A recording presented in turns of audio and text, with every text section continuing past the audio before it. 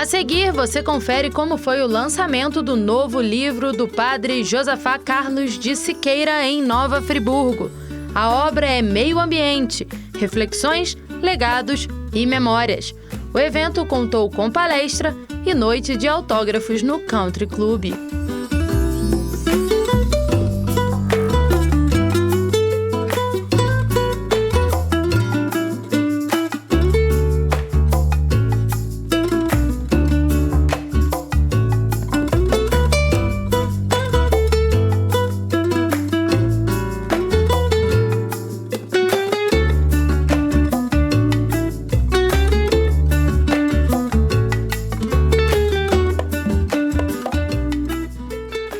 Inaugurar essa solenidade, permita-me apresentar um breve resumo sobre a trajetória do padre Josafá.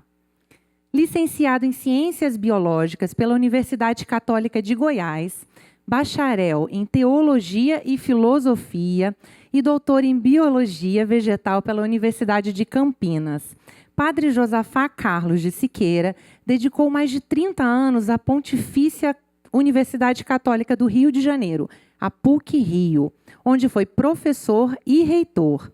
Fundou o NIMA, Núcleo Interdisciplinar de Meio Ambiente, e desenvolveu diversos projetos na área de educação ambiental. Foi reitor e vice-reitor da PUC-Rio, membro do Conselho Superior da Fundação do Amparo e Pesquisa do Rio de Janeiro e do Conselho de Sustentabilidade do Jardim Botânico do Rio de Janeiro.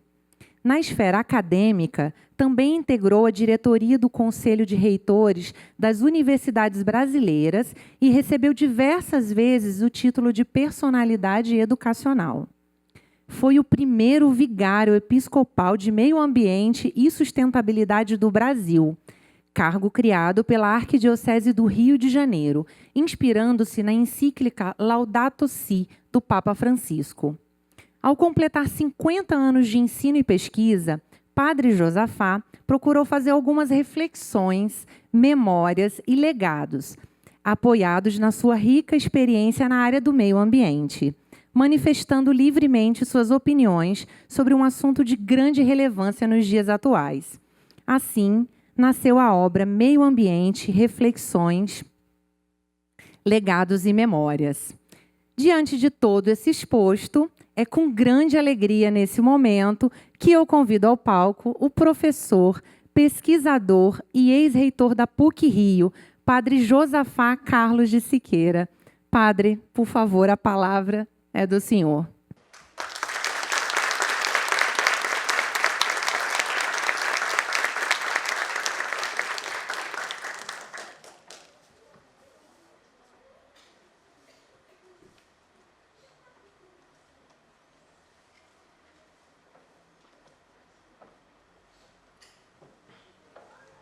Professor não é capaz de falar com os amigos sentado, tem que ser de pé, né?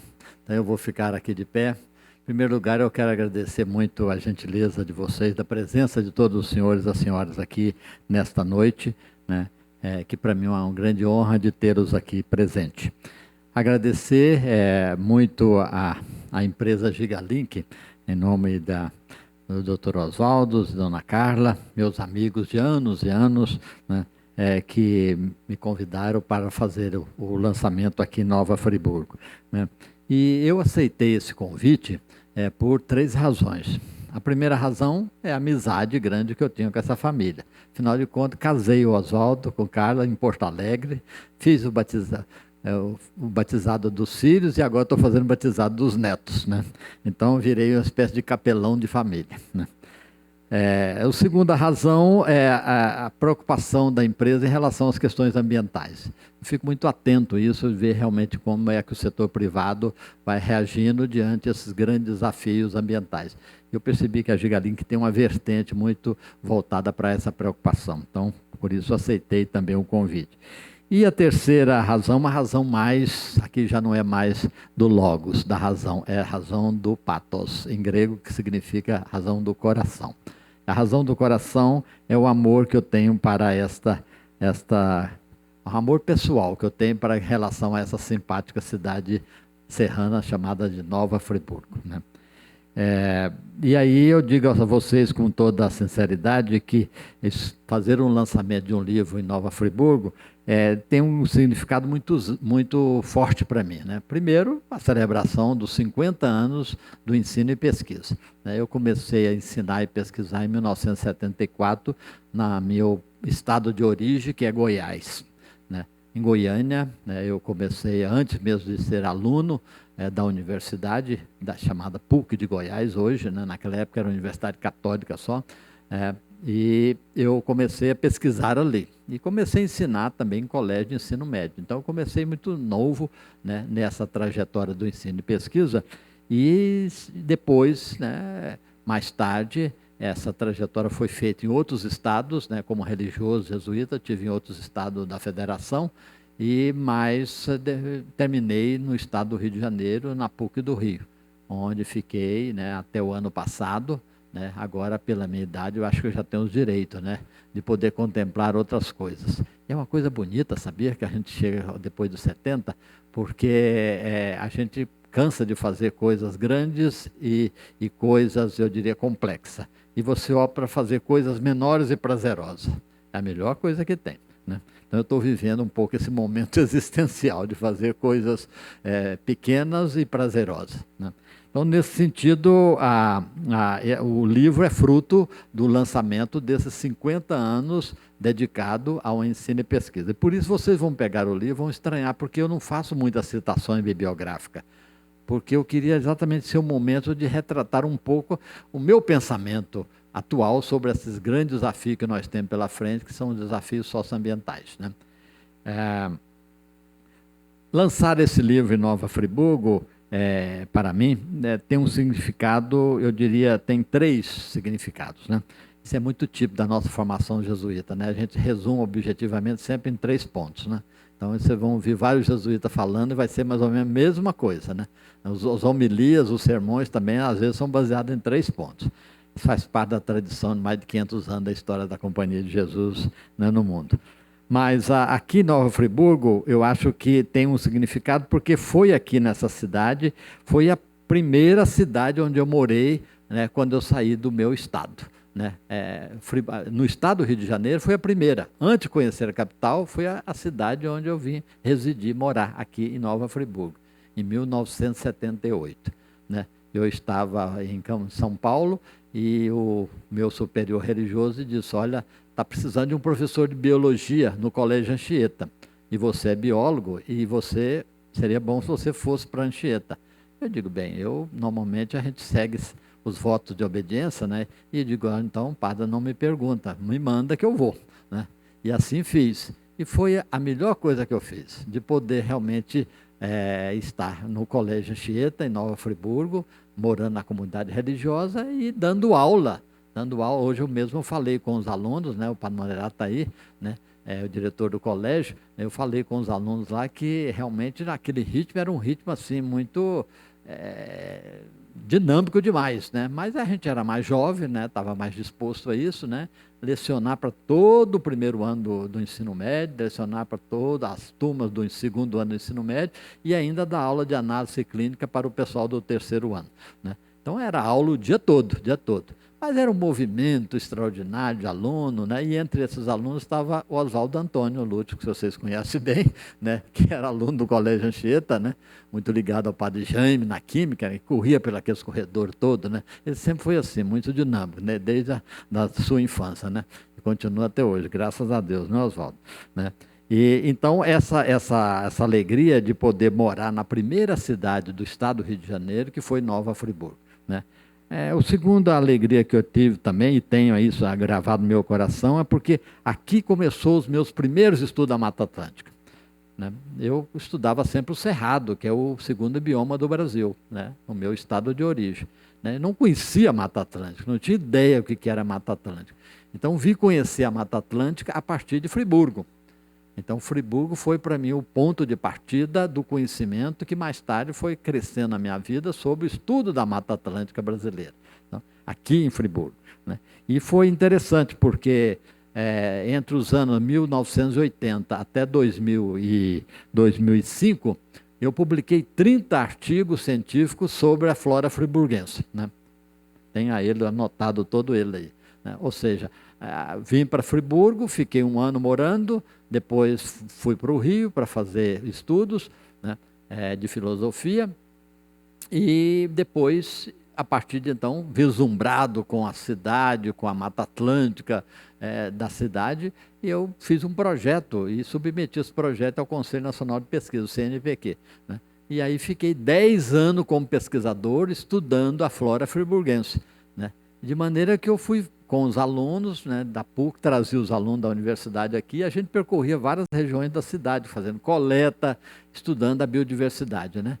Começamos, né, no Morro da Cruz, né, que era a referência mais próxima do colégio, fizemos o primeiro levantamento da vegetação do Morro da Cruz, depois mais tarde em direção a Teresópolis, onde antigamente chamava a Cascata do Pinel, depois fui à Furna do Catete, né, fiquei também lá coletando o Parque Estadual Furna do Catete. Eu me lembro bem que eu fiquei indignado um certo momento, que eu vi o parque tão acabadinho, né?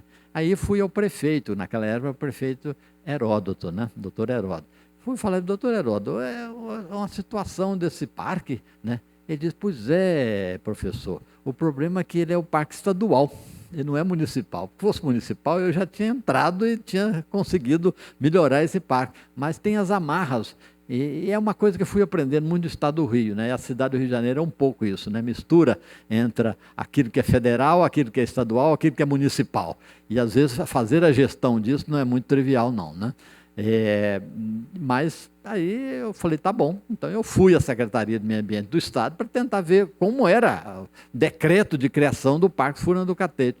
E o que tinha? Simplesmente um papel dizendo que foi decretado o parque, mas não tinha mais nada sobre esse parque. Não tinha levantamento nenhum. Aí comecei então a fazer o levantamento da flora do parque, todos os meses fazendo coleta lá dentro do parque. Depois eu falei, bem, agora está na hora de dar uma guinada para o outro lado da cidade. Aí começamos a fazer, né, a subir o Caledônia, né? Subir praticamente de 2 em 2 meses, subiu o Caledônia, para fazer o levantamento da vegetação do morro, do pico do Caledônia, né? E depois, mais tarde, Cascatinha, né, foi também outro bairro que eu contemplei, de maneira que foi mais ou menos isso, a minha trajetória, né, da cidade, conhecendo a realidade da cidade, que é uma coisa assim muito bonita, né? E a terceira razão também de lançar esse livro aqui é o fato de que a cidade de Friburgo me proporcionou entender um pouco o ethos fluminense, o modo de ser do fluminense. Eu estou falando aqui do Fluminense, dos nascidos do estado do Rio, não do time não, né? Embora eu sou tricolor, mas estou ainda um pouco vivendo um momento de lanterna, mas não tem problema, depois a gente olha para cima e melhora, né? Quem sabe, né? Mas enfim, é isso, né? Eu fui entendendo o ethos, a maneira de ser do Fluminense, que era um pouco diferente. Eu morando na capital, eu vi a diferença, né?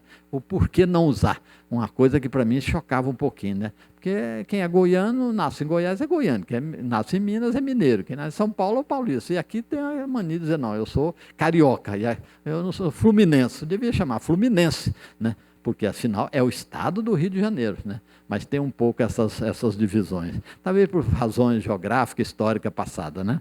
Mas eu fui entender um pouquinho isso, que é uma maneira muito própria. O ethos fluminense é uma maneira muito própria. Eu achava muito bonito, né? Um ethos cultural, religioso, marcado por traços assim importantes, né? Primeiro, determinação. Havia que realmente um povo assim com muita determinação. E eu ligava isso com aquilo que diz Santo Inácio de Loyola. Santo Inácio dizia que na vida quem não se determina pouco entende e menos ajuda. Eu dizia, a determinação é fundamental, né? Então eu via muito isso, no ethos friburguense, um pouco o fluminense, essa maneira assim determinada, né? Depois via também essa coisa da simplicidade, né? Fazer as coisas com simplicidade de alma, mas ao mesmo tempo com grandeza de coração. Eu acho que isso é uma coisa muito, muito forte. E terceiro, pelo fato da resiliência, né? Eu fui percebendo que tem uma resiliência muito forte, né, na cidade, né? E isso confirmou para mim quando a cidade foi assolada naqueles anos, com aquela tragédia, né, que a gente não esquece, que foi lamentável para a cidade, né? Toda aquela problemática, toda ambiental que teve na cidade, mas a capacidade da cidade dar a volta por cima, resgatar, recuperar-se, é uma coisa muito bonita. De maneira que vocês estão vendo, não vou nem falar mais disso, porque já mostra realmente a minha afinidade com essa cidade do qual eu escolhi para fazer esse lançamento desse livro.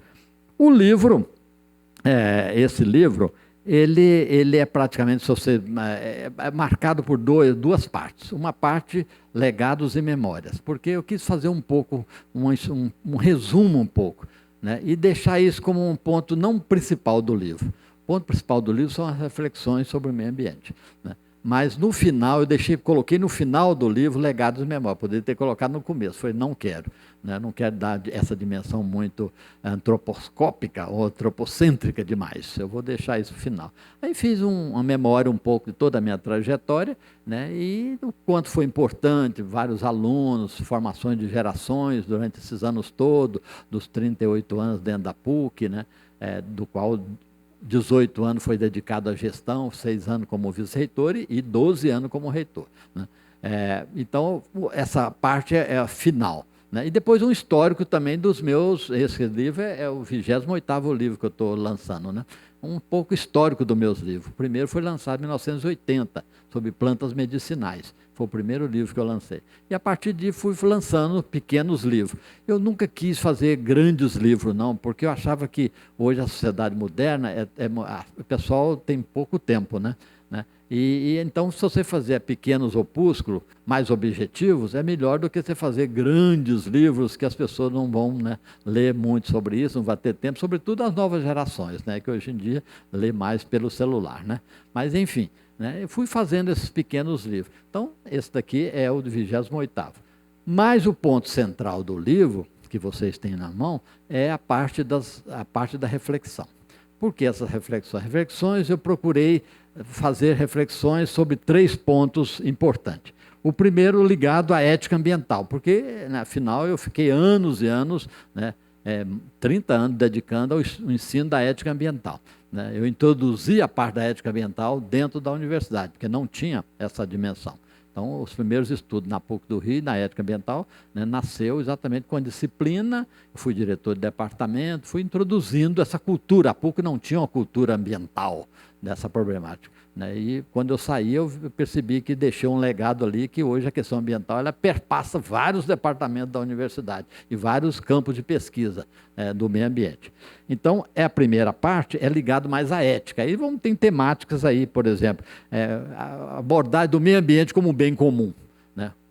É uma coisa muito importante que tem isso, né? Um bem comum, porque, como lembrou bem o Papa Francisco, na Laudato Si, o meio ambiente é um patrimônio, não é um patrimônio de apropriação nossa, é um patrimônio que nos foi delegado para ser administrado com sabedoria e prudência, né? Se estamos fazendo besteira aí ao longo das décadas, então nós estamos na contramão, né, daquilo que o Criador colocou em nossas mãos, né? Como simplesmente um cuidador ou administrador, e não como dono e proprietário, né? Então, é um pouco essa reflexão. Depois vem a segunda, uma outra voltada para a natureza esvaziada do sentido, que é um assunto muito top nos estudiosos em ética ambiental hoje. Por que a natureza hoje é tratada assim? Porque exatamente ela foi esvaziada no seu sentido. Ela foi tratada de maneira mais como objeto do que como sujeito. E hoje em dia está voltando exatamente à ideia de que a natureza não é objeto, a natureza é sujeito de direitos e de deveres, né? Ela tem essa função importante. Então, tem uma reflexão voltada para isso. A outra é a contramão. Como é que nós estamos na contramão, né, das políticas públicas em relação a essa questão do meio ambiente, né? Eu sempre dizia aos meus alunos que a questão ambiental aqui no Brasil é como elástico, né? Ora ela avança, o elástico se estica, depois ela encolhe de novo, tem retrocesso. Então, a gente vive esses momentos, movimento de elástico, né? Infelizmente, não deveria, mas infelizmente nós temos esse problema. Então, eu discuto um pouquinho sobre isso. Depois entram as temáticas, né, eu diria mais ligando o meio ambiente com a poesia e com a arte, que é uma inspiração que eu tive em Roma, né? Quando eu visitei a Vila Borghese, vi aquela obra de Bernini sobre Apolo e Dáfne, né, que é uma obra, né, baseada, inspirada na obra de Ovídio, né? Eu fiquei assim admirado aquilo. E fiquei assim uma meia hora contemplando aquela estátua, que era de uma beleza assim monumental, né? e vi realmente que aquilo é um conflito hoje em dia na relação do homem com a natureza, né? Apolo, né, representa o domínio do homem sobre a natureza, querendo invadir, apropriar, ter para si próprio, né? E Dáfne, né, querendo fugir de Apolo, né, daquele amor desordenado dele, querendo correr. E a maneira de correr é se transformar no elemento da natureza. E aí a estátua é muito bonita porque mostra os dedos do pé se transformando em raízes, né? O corpo de Dáfne transformando no tronco de um loureiro, né, de um pé de louro, né? E daí vem a inspiração, né? Quer dizer, e a natureza correndo, né, para dizer, não, você não pode me apropriar, você não pode me dominar. Então tem uma reflexão minha um pouco isso, a relação homem-natureza na reflexão, na obra de Bernini, né, Apolo e Dáfne. A segunda parte do livro são temáticas que eu considero polêmicas, né? Polêmicas, né? Por isso que eu coloquei bem no início. Muita gente pode ler, vão concordar, vão discordar. E paciência, nós estamos vivendo uma sociedade pluralista, tem liberdade também de a gente aceitar e discordar, né? Mas são temas polêmicos, né? Temas socioambientais mais polêmicos, né? Por exemplo, né? Hoje em dia se usa muito, né, uma repetição, estão vivendo a era do antropoceno, né? Eu digo, bem, está ótimo, querer dar uma era geológica a um ser humano que não está sendo um bom administrador da criação, eu acho que é querer inflar demais, né, a condição humana, né? Embora somos imagens semelhantes de Deus, mas temos que lembrar também, quando a gente lê o capítulo 6 do Gênesis, tem um detalhe lá que chegou em determinado momento que o conflito foi tão grande dos humanos que Deus arrependeu de ter criado. Está lá, Gênesis 6. Né? Deus arrependeu de ter criado, porque, né, é problema, né? E então, nesse sentido, eu coloco uma reflexão sobre isso, né? Merecemos uma era geológica chamada antropoceno? Ou por que não pensar em outros nomes alternativos? Por exemplo, aí eu proponho aí 2 nomes, né? 3, né? Um talvez é muito sonhador, mas é bom a gente ter sonhos também, né? Seria uma era do agapoceno, a era de um amor mais universal, que nós estamos precisando, né? Ou, se não, a era da era meiosiana. Meiosiana significa adaptação. É o que a gente precisa com as mudanças climáticas hoje. Elas vieram para ficar, né? Então, nós temos que, hoje, 2 caminhos, mitigação e adaptação, né? E, então, a palavra miose em grego significa adaptação. Então, quem sabe, essa era seja melhor, porque nós vamos precisar de adaptar da agora para frente. Nosso trabalho agora é adaptação a isso, porque não tem muita saída, porque é irreversível as mudanças, né? E depois, né, ou se não, se quiser, Orioceno, era do Orioceno. Oriose em grego significa, a palavra talvez melhor seria limites. Nós estamos vivendo a era do limite, né? Talvez é uma palavra melhor, né? Por quê? Porque é o limite nos recursos hídricos que nós estamos enfrentando, né? Temos 33 nações no mundo que têm já problema da escassez, da tendência a aumentar, né? Nós temos vivendo limites na nossa relação com a natureza, limites na nossa capacidade de descarbonizar o planeta, né? E assim uma série de limites. Então talvez uma era de limites seja o melhor, mas isso é uma provocação que eu faço, viu? É por isso que eu digo que são temas mais polêmicos. A outra é umas perguntas que normalmente eu fiz ao longo da vida, que eu não tenho resposta para elas, né? Mas elas estão aí, né? Podemos aprender da natureza? A natureza tem muitas coisas para nos ensinar, né? Eu até publiquei um pequeno livrinho meu, os alunos da PUC gostaram muito. Eu não ia nem publicar, mas os alunos gostaram tanto que eu resolvi publicar. Chama Biomas e Espiritualidade. Como é que os biomas podem nos inspirar do ponto de vista antropológico? Ou seja, como é que a natureza pode nos ensinar, né? Ou, por exemplo, a Mata Atlântica. O que a Mata Atlântica tem para nos ensinar em relação, por exemplo, à convivência com a diversidade, né? Se a floresta, a cada metro quadrado da Mata Atlântica tem uma diversidade biológica riquíssima, né? E ela está nos ensinando que é possível, né, conviver com a diversidade, né? E convive, as espécies convivem entre si, né? Tem as suas competições, né? Tem os seus mutualismos, mas convivem, né? Então a gente diz, poxa, por que a espécie humana não aprende olhando para a natureza? Então eu coloco um pouco isso, quer dizer, a natureza como fonte de aprendizagem, né? A outra é uma questão também que a gente não encontra muita resposta, né? Que os pesquisadores na ética ambiental levantam muito esse problema. Nós temos a capacidade de proteger a natureza integralmente? Tem dúvida, porque desde o surgimento da nossa espécie humana, a nossa relação sempre foi mais de criar mitos, né, para poder tentar entender a natureza, ou se não, apropriar, dominar. Ou seja, a mentalidade mercantilista, ela sempre esteve presente na história geológica da nossa espécie. Então, proteger a natureza como um todo, né, parece que não está sendo muito isso que está acontecendo hoje em nível global, né? Quando você vê a devastação dos biomas, quando você vê a depredação realmente do patrimônio hídrico das nações, né? E assim por diante. O número de espécies em extinção, né? Eu me lembro bem, meus amigos, quando eu fui em 92, após a conferência, eu fazia parte da Sociedade Botânica do Brasil, foi publicado um livrinho, foi inédito aqui, né, no Brasil, chama As Espécies em Extinção, da Flora Brasileira. Era o quê? 120 espécies. E naquela época foi um escândalo. Nossa, não é possível, para o Brasil, 120 espécies. Né?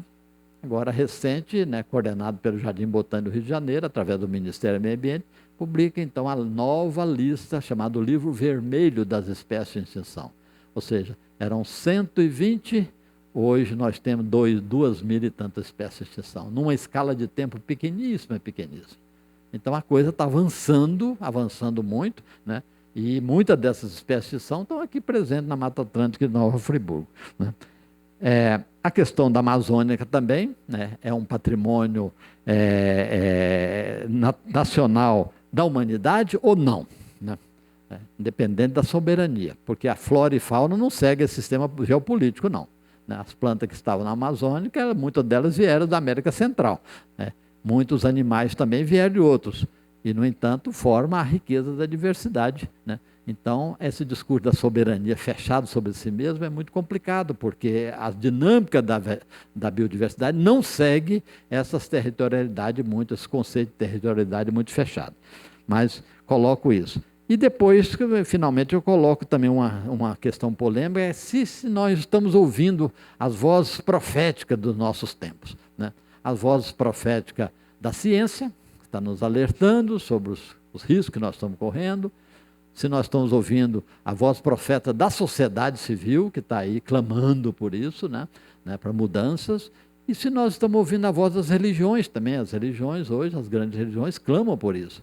E nós, sobretudo do catolicismo, né, temos forte razão de poder acreditar que esse protagonismo é muito forte. A partir do Papa Francisco, o lançamento da primeira encíclica ecológica dentro da história da Igreja, né, que foi a Laudato Si, né? Então, tem vozes clamando. Será que nós estamos ouvindo essas vozes? Eu levanto um pouco essa questão. E depois a outra, finalmente, a temática sociobiológica. Aí é mais o coração de biólogo mesmo, né, vendo isso. Então, aí tem uma série de reflexões sobre isso. Por exemplo, direito da criação. Direito à criação. Hoje em dia, cresce cada vez mais em cidades e países a questão do direito à criação, né? A criação, como ela está prestando um serviço planetário, ela tem seu direito, tem seus deveres e direitos, né? E vocês estão vendo o que está acontecendo no Brasil. Daqui a pouco um rio passa a ser, né, ter direitos próprios, né, e passa a ser patrimônio e não recurso mais. O conceito de recurso vai reduzindo e o conceito de patrimônio aumentando, né? Isso é um fator assim que tem acontecendo, né, e vai ampliar cada vez mais, né? Depois, outras formas de inteligência que vão surgir na natureza, né, é uma coisa muito importante, né, porque quando eu comecei a estudar, né, na escola primária, a gente era o seguinte: tem os seres racionais e irracionais. O racionais era o humano. O resto da criação, tudo é racional, né? Claro que é uma categoria dessa que jamais enquadra na mentalidade moderna, né? Por quê? Porque a ciência foi provando que existem formas de inteligência diferentes. Aliás, Einstein já afirmava isso, que, né, existe uma inteligência cósmica, né? Dava isso uma categoria mais ampla. Mas, hoje em dia, a ciência foi mostrando que existem várias formas de inteligência. Algumas, como a nossa, baseadas no sistema nervoso central, onde tem um cérebro comandando tudo. Outras, né, que não estão, né, são inteligentes também, mas que não existe o sistema nervoso central. Até um grupo de esponja, estrela do mar, tudo isso não tem um sistema nervoso central, não tem. E funciona, e são inteligentes também. Né? E depois eu fui descobrindo que, estudando mais de 40 anos a flora, o mundo vegetal, que existia também uma inteligência vegetal. Né? E aí eu fui aprofundando na literatura, vi que estava surgindo no mundo uma nova forma de ciência chamada neurobiologia vegetal. Começou muito forte na Universidade de Firenze, depois espalhou para os Estados Unidos, depois foi para a Oceania, vários laboratórios nessa área, para provar que as plantas são seres inteligentes também. Aí, evidente, você tem que separar, porque tem uma literatura um pouco lúdica, poética também dentro dessa área, mas do ponto de vista científico. E aí eu me tomei a liberdade de criar o primeiro livrinho aqui, chamado Inteligência Verde, que é um dos livros que eu tenho publicado, Inteligência Verde, para provar, com base a exemplo da nossa flora brasileira, porque o que tinha na literatura é mais do mundo europeu. Eu digo, não, no Brasil. Então, trouxe esse livrinho, chamado Inteligência Verde, para mostrar um pouco isso, que as plantas são seres inteligentes, não têm um sistema nervoso central, mas tem um modelo de convivência entre os tecidos e células, que são muito inteligentes, que faz as coisas funcionarem, com cooperação e com resiliência. Então, essas formas de inteligências novas que vão surgindo. E depois, mais tarde, eu publiquei, durante a pandemia, um outro livro chamado Comportamento Inteligente das Plantas, agora dividido por os biomas. Bioma Mata Atlântica, bioma amazônico, bioma do Cerrado, bioma dos Campos do Sul do Brasil, bioma do Pantanal, etc. Então, é um pouco essa forma de inteligência, novas inteligências. E aí eu coloco no livro por que eu defendo a inteligência das plantas. As razões fortes para explicar um pouco essa minha opção por essa área. Depois, mundos paralelos também, que é uma coisa que a gente não dá conta, que do nosso lado está funcionando alguns mundos paralelos. Mesmo com a destruição da natureza, tem mundos paralelos que estão funcionando. O mundo dos insetos, dos polinizadores, estão aí funcionando. Muito bem, e são mundos paralelos que são perigosos quando a gente quebra as cadeias biológicas deles, e pode ser um desastre. Por exemplo, está percebendo que se um dia os polinizadores, as abelhas e outros insetos, diminuem as suas populações, nós vamos ter um problema muito grave, do ponto de vista, inclusive, econômico, mundial. Porque quem vai polinizar o agronegócio, a soja plantada? Somos nós? Não. São as abelhas que fazem a polinização. Ora, se há uma desincronia entre o polinizador e a planta, isso é um desastre total. O prejuízo disso, toda a fruticultura mundial hoje são polinizadores, não são feitas por nós, são polinizadores, ou seja, são mundos paralelos que estão aí, atuando, e podemos correr o risco se a gente desequilibrar essas cadeias. O risco e um preço muito alto sobre isso. Então, essa é uma discussão. A outra é a natureza como fonte de inspiração. Pode a natureza servir de inspiração? Eu fiquei pensando da biomimética. Biomimética é uma nova área também ligada a design, que vão criando estruturas tecnológicas inspiradas nos modelos do mundo animal e vegetal. Ou seja, inspirado, assim como o avião foi inspirado também no modelo de um pássaro, assim como o submarino foi também inspirado no modelo do animal marítimo, Por que não? A biomimética é uma área que cresce muito, muito. Então, é uma inspiração para poder... E por que a gente não pode criar também uma forma de modelos que não seja centralizado? As plantas funcionam de modelo centralizado, não tem nada centralizado. E não funciona. Aí um aluno me perguntou, professor, mas cita um exemplo concreto de alguma coisa descentralizada que funciona. Eu disse, internet. É por redes. Não tem nada centralizado. Funciona em forma de redes, não é verdade? É ou não é, Oswaldo Antônio? Forma de redes. Então, por que o modelo descentralizado não funciona? Se esse modelo que nós temos tecnológico funcionou, por que outros não poderiam funcionar? Enfim, fica aí. E, finalmente, a natureza como divertimento do vazio existencial. Aí eu pego Pascal, realmente... Pascal tem um conceito bonito que diz que o divertimento humano é para esconder as nossas finitudes e a nossa miséria. Então, existe isso, o divertimento para esconder, ou seja, dificuldade do ser humano encontrar consigo mesmo. Então, tem que buscar fora de si, ou seja, enfrentar a sua finitude. ou seja, negar a transcendência de sua existência. Então tem toda uma discussão mais filosófica e que eu acho que aplicado nessa questão ambiental, ela é interessante porque a natureza pode ser uma fonte que preenche esse vazio existencial, né, que existe hoje e com uma tendência muito forte, né. Eu acho, confessando a vocês, que eu saí na hora certa do magistério, porque algumas coisas me preocupavam, né, depois desses anos todos de professor, né. Eu tinha muito medo de que essas novas gerações pudessem ter uma cultura muito centralizada e voltada sobre a telinha, né? E, ao mesmo tempo, perdesse a parte da sua relação, não só a relação interhumana, mas a relação também com a alteridade, com a diferença e a relação com a natureza, né? Então, fica um olhar muito antroposcópico, ou seja, voltado para nós mesmos, né? E nós vamos perdendo isso, né? E eu percebo isso, que há uma preocupação hoje no mundo universitário muito forte, né? Estou vendo aqui nós, lá da UF, né? A gente sabe que é uma preocupação nossa no mundo universitário, que, né, essas gerações, né, que estão voltadas muito para si mesmo e isso pode ser um risco muito grande. E, ao mesmo tempo, a vulnerabilidade existencial muito forte. Eu nunca vi, nesses anos todos meu de magistério, uma geração, do ponto de vista psicológico, tão frágil, do ponto de vista psicológico. Pode ser forte outras coisas, mas uma fragilidade psicológica enorme, né? Basta ver que no Brasil, né, o índice de suicídio dentro da universidade, nos últimos anos, aumentou bastante, né?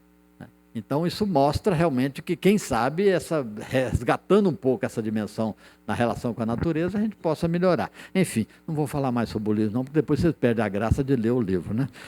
Mas, enfim, eu quero agradecer muito a oportunidade de falar com vocês, a oportunidade de estar aqui nessas terras friburguenses, a oportunidade de lançar esse livro aqui e pedir a Deus que dê força para a gente, né, vocês aí que têm seus filhos, seus netos, que vão deixar legados aí, importante, né, ter atento a essas novas questões que vão plasmando a nossa realidade existencial, né, e o mundo em que vivemos. E pedir muita luz e muita sabedoria também para a gente saber como vai administrar a nossa relação com a natureza num mundo de transformações que nós não temos muito acesso, não temos, a não ser adaptar e mitigar e fazer esforços pequenos para a gente, quem sabe, mudar, né? Hoje eu dizia no Anchieta, para os alunos, começa a fazer coisas pequenas, né, e substanciais, que é melhor, porque coisas grandes e esvaziadas não é bom. Não é bom. Eu sempre, quando eu dava aula com os alunos do Jardim Botânico, eu mostrava o exemplo do bambu. Eu falei, o bambu é lindo, né? Bonito, né? Bonito, tem uma beleza, uma coisa, mas por dentro é oco, né? Então, a gente não quer repetir o exemplo, isso do ponto de vista antropológico, né? De uma geração que tem muita aparência, muita coisa, mas que por dentro tem um vazio existencial, não tem nada a dizer, não tem nada a acrescentar. Isso é um risco muito grande para a sociedade futura. Mas eu acho que é preciso motivar o pessoal sobre isso e fazer pequenas coisas. Eu termino usando aquele exemplo do Papa Francisco. É melhor fazer coisas pequenas e potenciáveis do que fazer coisas grandes e medíocres, né? Então, eu acho que é melhor. Meio ambiente é um pouco isso, né? Fazer a dinâmica de coisas pequenas, né? E aí tem que lembrar muito o fundador da minha ordem, Santo Inácio de Loyola, fundador do Jesuíta, que dizia isso, né? Temos que está muito enraizado nas coisas do cotidiano, da terra, mas, ao mesmo tempo, que temos que ter horizontes largos para as coisas maiores que nos desafiam. Então, agradecer a todos vocês e desejar uma boa noite. Muito obrigado.